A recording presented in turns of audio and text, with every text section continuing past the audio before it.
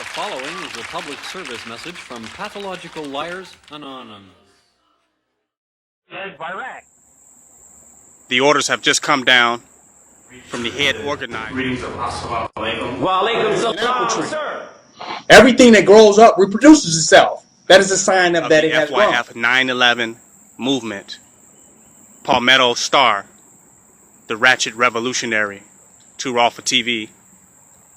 The order has come down to reveal the info of the secret location of the FYF 9/11 mobilization.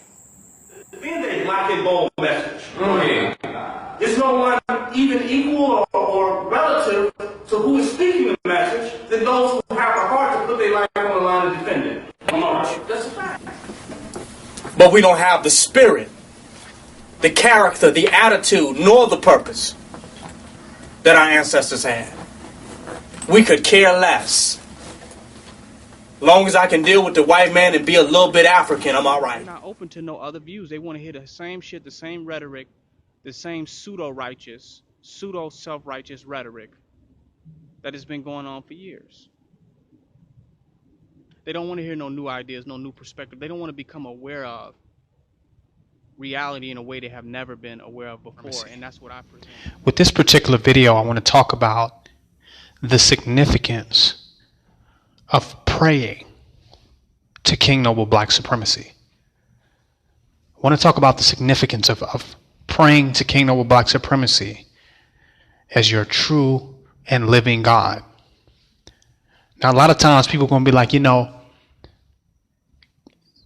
not praying to no man. King Noble Black Supremacy is just a man. Why would I be praying to a man? I've been taught that God was somewhere up in the sky or outside of the human experience or a non-physical being. Just some mystery poof. This is what I have been taught. That God is a supernatural force that's outside of our experience. And in so many words, outside of reality. Why would I pray to a man? A lot of times when we think sex offender, we want to just look at the rapists. We want to just look at the pedophiles. We want to look at how we're offended by other people's sexuality, whether they're homosexuals or whatever. We want to really focus on those areas. But we don't see that the sexuality of the black man in totality is an offense to the white man. People waking up every morning healthy, wealthy, and wise, talking about they're on the path of healing. Healing what? Heal yourself of your arrogance and your vanity. Going. Heal yourself of your mental neurosis and your narcissism with your over-concernedness with your selfish self. The focus of a sovereign nation is to defend itself, its territory, its boundaries, and to uphold its rule of law. To maintain its self-determination and its independence from other entities, be they corporate entities or religious entities or whatever type of entities. The sovereign nation wants to be the supreme entity. Supremacy. Fuck your flag. Now, some people are saying, you're talking about burning all the flags of United States imperialism, including definitely the red, white, and blue flag. Why the red, white, and blue flag? Well, that flag backs every other type of a racist flag against black people.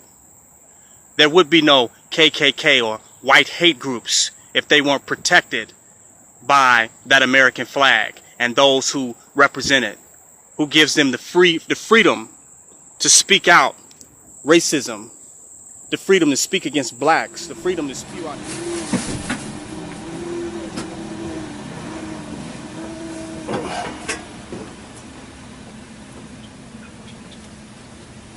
The things that have shown up in our life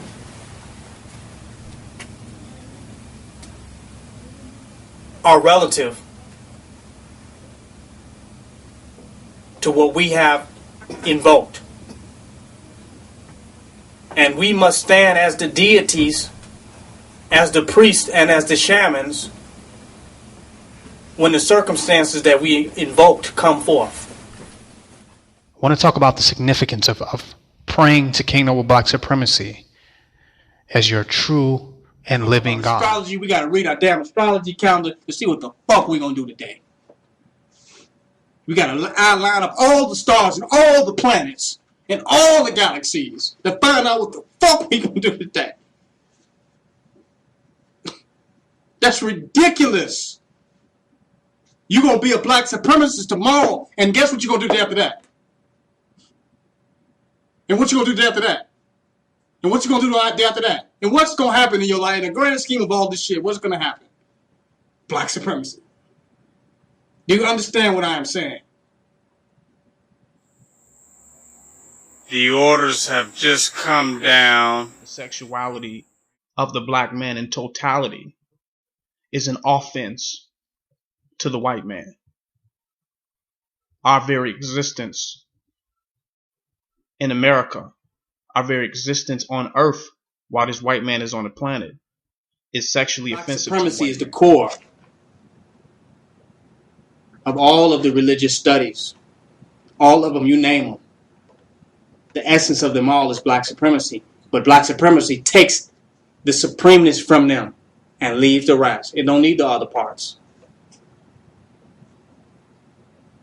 The car dealer, the person comes and brings you your car, the mechanic, and says, I'll fix your car.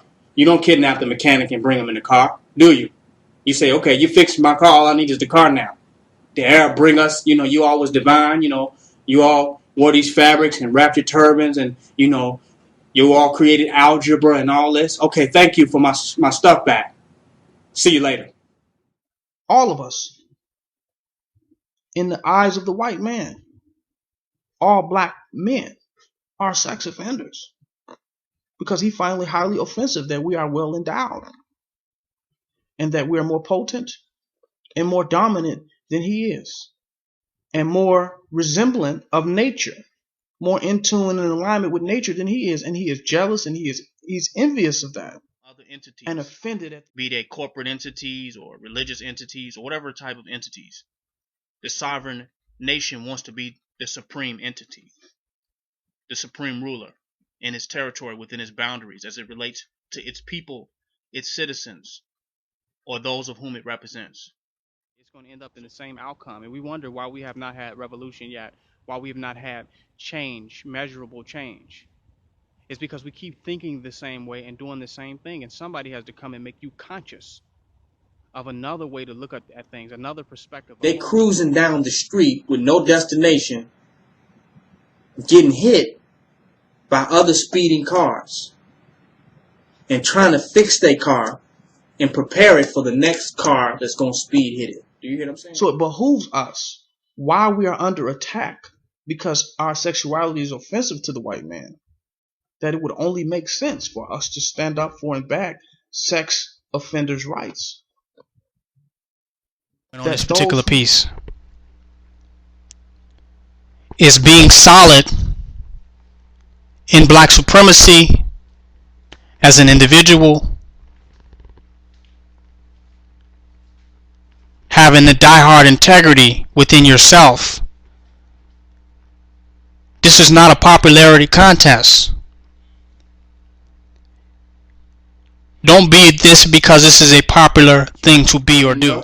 According to your perspective, from what you have experienced and how you perceive reality, I definitely have flaws. You don't need to. I'll tell you.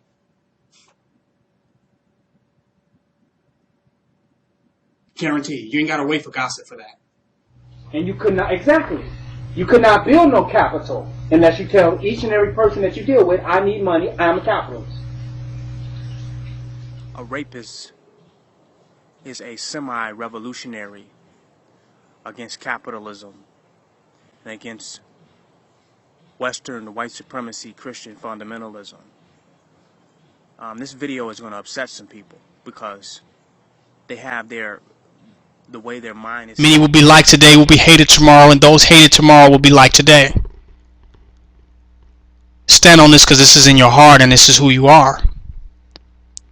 And if you can't handle it and you can't take it, be honest with yourself. They don't have a real destination. They just working on maintenance of a car. But guess what? You're going to have to put more on maintenance on a car that has no direction. Do you know why? Because you're just driving it out. Y'all thought I was just up here talking. By the time I get to lecturing, you will be somewhere else. And it won't be where we began when I first started talking. They said, well, why your lectures are so long? I'm talking you out of something. And until I feel like you're out, I don't even shut up. I'm a hostage negotiator trying to free you.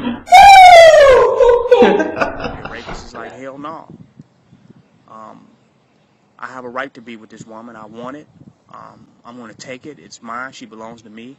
Fuck the white man. I'm not going to go kiss no white man's ass. I'm not going to go pretend and smile in this woman's face and pretend like it's not about sex and that I got the stamp of approval from my slave master in order to sleep with you. I'm going to take it right now by any means necessary. What am I saying? Black supremacy is the core. The problem of all of we had nothing to do but eat. And if you have nothing to do but eat, you have nothing to do but worry about food. And if you have nothing to do but worry about food, guess what? You have nothing to do but worry about money. They got our people lost in some type of conspiracy theory, not realizing that the conspiracy theory is a conspiracy. The conspiracy theory is part of a greater conspiracy to distract you from the fact that you are the slave now. And we need to be entertaining our success in doing that. I totally agree with Polite on that. But what he's missing is the practical part of it, the practical element that he says when Chanetta said, if the National Guard and the Army and the Marines and all of them come for you right now, what do you have? And Brother Polite said nothing. He said if they told him to leave 125th Street, he would just... That's ridiculous. You're going to be a black supremacist tomorrow, and guess what you're going to do the day after that? And what you going to do the day after that? And what you going to do the day after that? And what's going to happen in your life? In the grand scheme of all this shit, what's going to happen? Black supremacy. Do you understand what I am saying? Not only is it revolutionary against capitalism, it's also revolution against Christian fundamentalism, which supports capitalism. Anything that says you have to work to the till of your brow for whatever you desire, that you got to work hard to get what you want is a concept that supports capitalistic exploitation. It's saying that our society should not do anything for us, or we don't have anything coming as a divine right, or we don't just have, we don't inherit, we're not heirs to anything purely by coming into birth. That if we want something, we must work for it, and if you have to work for it, then you have to work for whoever's giving out the jobs, and whoever's giving out the job control the industry, the manufacturing, the import and export. Let's look at something simple like virginity. Women not losing their virginity, you know. Not until they invented Facebook did I hear of women being 35 years old and being virgins. I've heard this on Facebook. I don't know how true it is, but this is what they say. My only response to that is grow the fuck up. Like for real. Grown up people get to a point where they have sex. You follow what I'm saying?